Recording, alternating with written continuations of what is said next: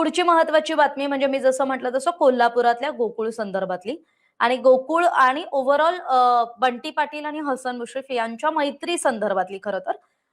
कारण मुश्रीफ साहेब तुमच्यासाठी काही पण म्हणत बंटी पाटलांनी आपला मैत्री धर्म पाळलाय. आता असं काय झालंय या दोघांमध्ये?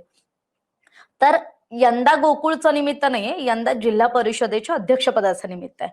जिल्हा परिषदेचं अध्यक्षपद आणि उपाध्यक्षपद या दोन्ही पदांना खरं तर कुठेतरी या दोन्ही पदांच्या राजकारणात सुद्धा बंटी पाटलांनी मुश्रीफांप्रती त्यांची असणारी मैत्री आणि निखळ मैत्री ही जपलेली दिसते आणि त्यांनी तो मैत्री धर्म कसा पाळला आणि नेमकं काय घडलं हे मी आपल्याला आता सांगणार आहे. तर झालं असं की वैद्यकीय शिक्षण मंत्री हसन मुश्रीफ यांनी कोल्हापूर जिल्हा परिषदेवर राष्ट्रवादीचा अध्यक्ष केला तर भाजपचा उपाध्यक्ष झाला. याआधी महाविकास आघाडीकडून सुद्धा ही निवडणूक लढवण्याचा निर्धार करण्यात आला होता. काँग्रेसकडून अध्यक्ष आणि उपाध्यक्ष पदासाठी अर्जही करण्यात आले होते. मात्र आमदार बंटी पाटलांकडून मैत्री धर्म पाळण्यात आला आणि मग त्यांनी काँग्रेस उमेदवारांना आपले अर्ज मागे घ्यायला सांगितलं आणि मग महायुतीतील राष्ट्रवादी काँग्रेसच्या सांगायच्या झाल्या तर मुश्रीफांकडून शिल्पा शशिकांत खोत यांना अध्यक्ष म्हणून त्यांची निवड झाली आहे, ज्या बिनविरोध निवडून आल्यात आणि दुसरीकडे उपाध्यक्षपदी भाजपचे जे सदस्य आहेत तानाजी पाटील यांची कोल्हापूर जिल्हा परिषदेच्या उपाध्यक्षपदी निवड झाली आहे. जे कोल्हापूरचे जिल्हाधिकारी आहेत अमोल येडगे यांच्या अध्यक्षतेखाली खरं तर ही निवड झाली आणि त्यानंतर जिल्हाधिकारी येडगे यांनी ही निवड झाल्याचं अधिकृतरित्या जाहीर सुद्धा केलं. आता राजकारण कसं झालं की संग्रामसिंह कुपेकर यांनी महाविकास आघाडीला आधी विनंती केली की 5 वर्ष आपण सभागृहात आहोत. कोल्हापूर नगरी ही छत्रपती शिवाजी महाराज, छत्रपती राजर्षी शाहू महाराज यांच्या विचाराची मांडली जाते आणि त्यांच्या विचारांची आहे. त्यामुळे काँग्रेसकडून अध्यक्षपदासाठी जे शिंगणापूरचे जिल्हा परिषद सदस्य होत्या रसिका पाटील आणि उपाध्यक्ष पदासाठी असळज जिल्हा परिषदेचे सदस्य संभाजी पाटणकर यांनी खरं तर उमेदवारी अर्ज दाखल केला होता. म्हणजे हे दोन्ही काँग्रेसचेच उमेदवार होते. पण राष्ट्रवादी काँग्रेसकडून विनंती आल्यास बिनविरोध निवड करण्यासाठी अर्ज मागे घेण्यात येईल असं आधीच काँग्रेसच्या नेत्यांकडून आणि स्पेशली सतेज पाटील गटाकडून सांगण्यात आलं होतं.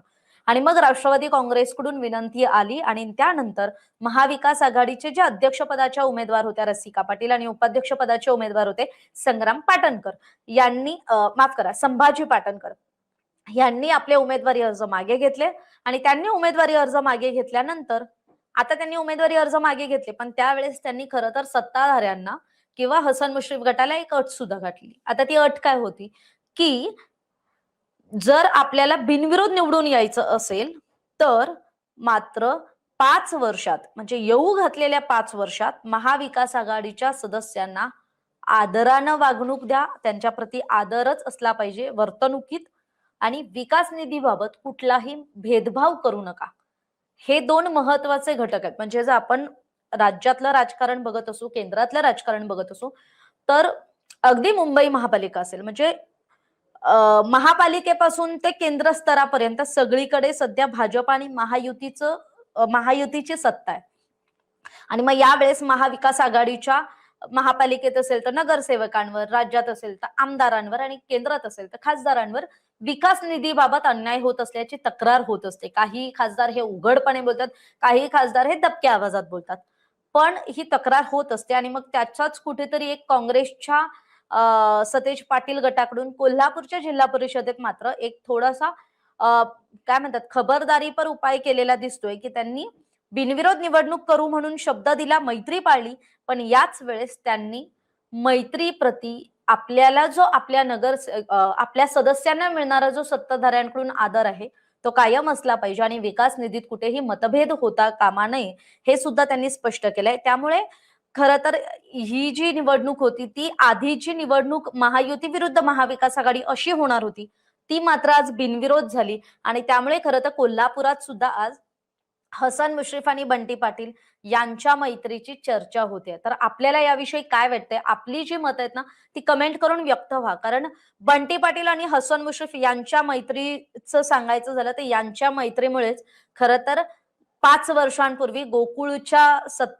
म्हणजे गोकुळमध्ये सत्तांतर झालं होतं महाडिक गटाची सत्ता या जोडीनंच उलटून लावली होती. पण आता जी येऊ घातलेली गोकुळची निवडणूक आहे, तिथे मात्र पुन्हा एकदा बंटी पाटील विरुद्ध हसन मुश्रीफ आणि महायुती असा संघर्ष आपल्याला पाहायला मिळणार आहे.